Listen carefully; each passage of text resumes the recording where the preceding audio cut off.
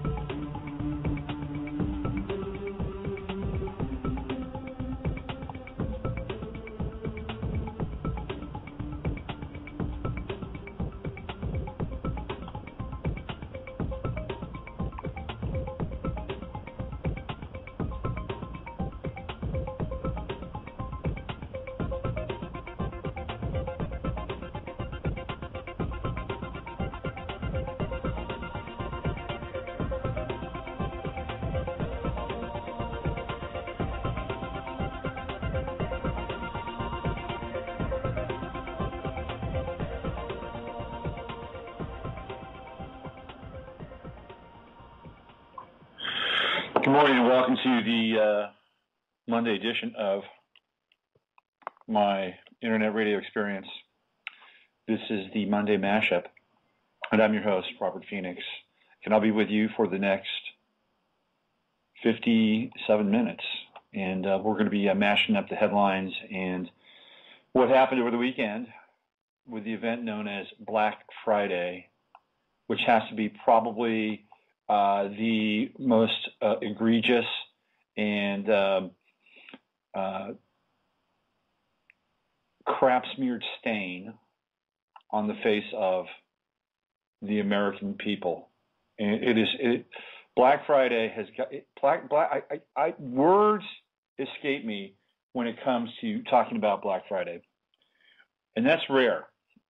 Let me tell you, it's rare when I can't string together at least 7 coherent sentences to articulate my disgust. I mean, I can only imagine what the people who are pulling the strings behind the environment or behind the scene, I can only imagine what they're experiencing as they're watching the footage of people act like animals. Unrestrained animals. Number one, it's putting money in their pocket. They're high-fiving each other while this is going on. Number two, it reinforces their feeling that they are superior and that the people are chattel, that they're nothing more than a herd that needs to be corralled in places like Walmart, in Buckeye, Arizona, where Gerald Allen Newman, 54 years old, a grandfather, was thrown down, and I mean thrown down onto the ground in Walmart. His face is bloody, face down in a pool of blood. Now, if you don't know the story, it's pretty viral. Newman, which is an interesting name, by the way, New Man, right? When we get into the New Man, we get into the whole concept of the bathymetric expression of the quote-unquote New World Order or the Luciferian age. Newman also, by the way, is the name of Joanne Newman, who theoretically, Martha Trowbridge, the woman who's running around saying that Barack Obama is the son of Malcolm X, she's claiming that Joanne Newman is the mother the true mother of Barack Obama. I'll get to her story in a moment, but I just thought it was interesting that we have Joanne Newman, you know, in the sort of the dark undercurrents of the press, and Gerald Allen Newman. And by the way, they've strung together three names, right? Just like Lee Harvey Oswald, John Wayne Gacy. Now it's Gerald Allen Newman. I think I might legally just drop my middle name, just in case anything happens to me. They won't have a middle name to attach to me. In fact, I think I would advise we all drop our middle names. Think about that. Do you really need your middle name? I mean, you know, other than adding some numerological oomph to your name, do you really need it? I'm not so sure you do. But anyway, Gerald Allen Newman, 54.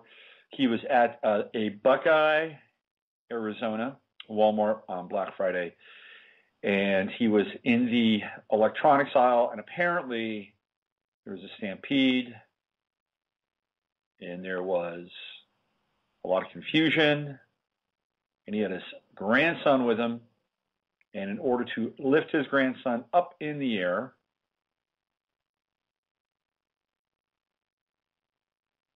Gerald Allen Newman stuck the package, the game package. He had a game in his hand, in his pants, and lifted his grandson up in the air.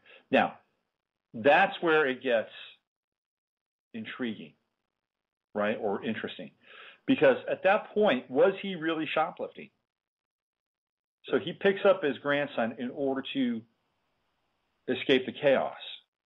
And he puts this thing in his waist. And now the cops come, and they go to arrest him.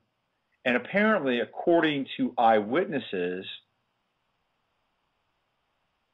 he resists arrest. But I mean, here we go.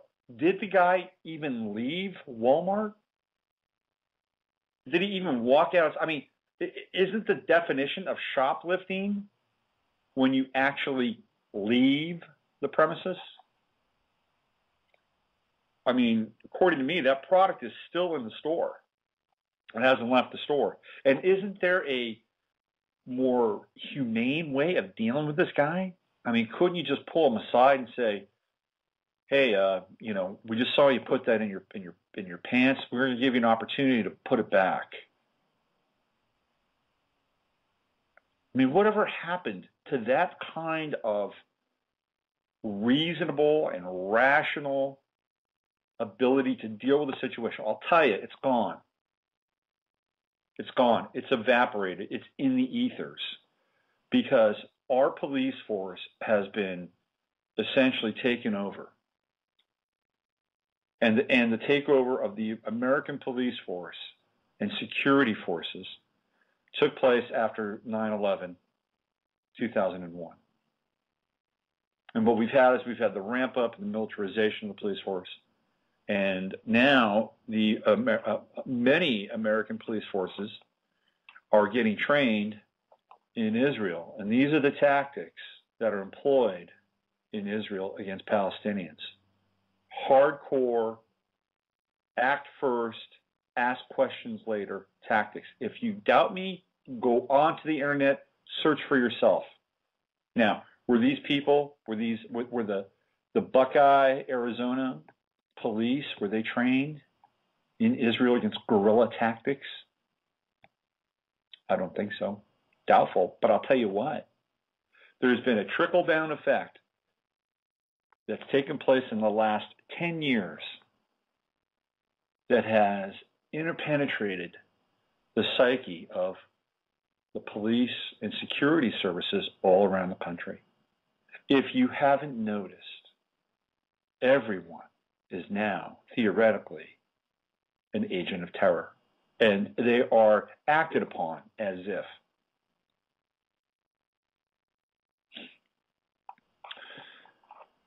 So that's what happened on Friday.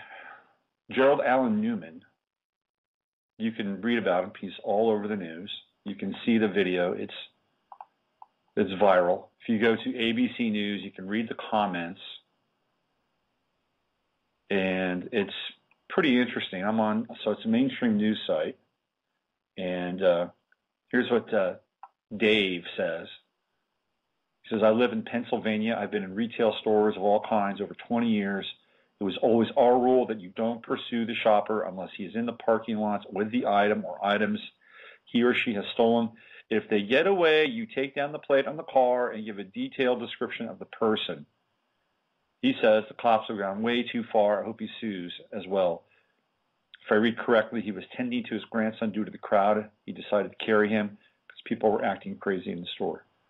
You know, I'm wondering what would happen if he actually went to trial, a civil trial, and had a jury of his peers on his trial.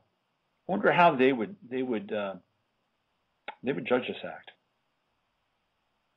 And I think that they would judge in favor of Mr. Newman. So this is Walmart. Let me just play this video here very quickly. This is the viral video. Here we go. Let's play this. The director said we can't wrap the movie without this shot. This is the commercial. This is not the viral video itself. Here we go. Let's turn this up now. Let's see what we got here. Stuck in Citibank. There we go. Go away, Citibank. There we go.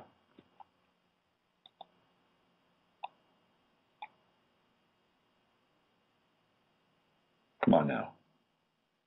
Don't hold me up. Here we go. This country. Retailers opened earlier than ever, and this was the result. Just some of the images coming in tonight. Shoppers storming the aisles, pushing, shoving, even fighting for the deals. This was the scene at a Walmart in California where a woman pepper sprayed other customers so she could scoop up more of those so-called doorbuster specials. One fire official went so far as to call it competitive shopping. There is a bright side tonight. The National Retail Federation says so far, so good. Early estimates show shopping up this year. And so that's where we begin tonight. With ABC's Lindsay Davis out among the shoppers all day today. Lindsay, good evening. Good evening to you, David. And yes, based on those early numbers, retailers have reason to celebrate. But as far as consumers are concerned, at least in some... Here we go. Friday feeding frenzy. Overzealous shoppers in Honolulu crossed over the line. $200 Blu-ray players priced at just $50 added up to a free-for-all. Are you sure that was necessary? And confusion elsewhere. This man shopping at a Walmart in Phoenix was knocked unconscious and covered in blood after police suspected him of trying to shoplift. But witnesses say he put a video game in his waistband to stop his young grandson from being trampled by shoppers. Gunfire erupted as consumers clamored for deals in San Leandro, California, Myrtle Beach, South Carolina, and Fayetteville, North Carolina. They started fighting, and then soon afterwards, you heard a popping sound. In Los Angeles, at least 20 people were injured when a woman at Walmart tried to keep other shoppers away from merchandise she wanted by dousing them with pepper spray. People started screaming, and kids were on the floor, and then everybody started inhaling it.